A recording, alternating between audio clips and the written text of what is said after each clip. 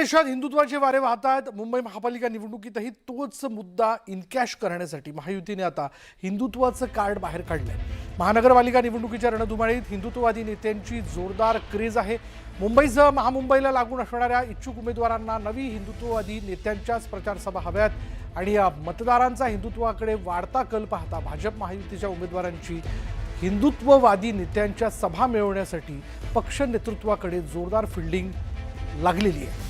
ठाकरे बंधूंच्या मराठी विरुद्ध मराठी नॅरेटिव्हला हिंदुत्ववादी नॅरेटिव्हचा उतारा देण्याचा प्रयत्न महायुतीकडून होणार आहे।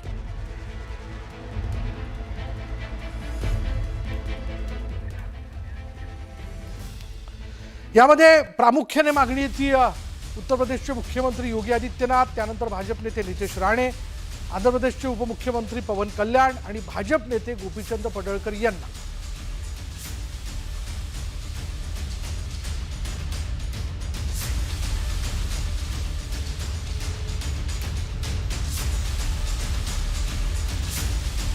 चांगलं आहे, पण त्यांनी हे पण सांगावं की कोविडच्या काळात उत्तर प्रदेशमध्ये जी परिस्थिती होती, जी आपण पाहत होतो शव रस्त्यावर होती, तशीच जाळली जात होती, ते प्रशासन का तसं होतं?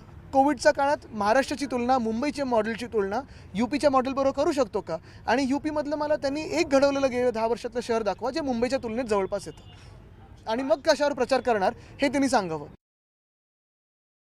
आमचे स्टार प्रचारक योगी आदित्यनाथ आहेत, कारण ते हिंदुत्ववादाची पताका घेऊन पुढे जातात, हिंदुत्ववादाचा झेंडा पुढे घेऊन जातात। म्हणून योगी आदित्यनाथांना भारतीय जनता पार्टी नेता मानतं आणि देशातल्या जनतेने देखील त्यांना म्हटलेलं आहे।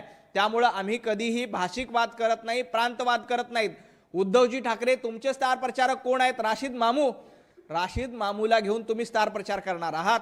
याकूब मेमनच्या कबरीचं सुशोभीकरण करण्याचा अजेंडा पुढे चालून तुम्ही स्टार प्रचार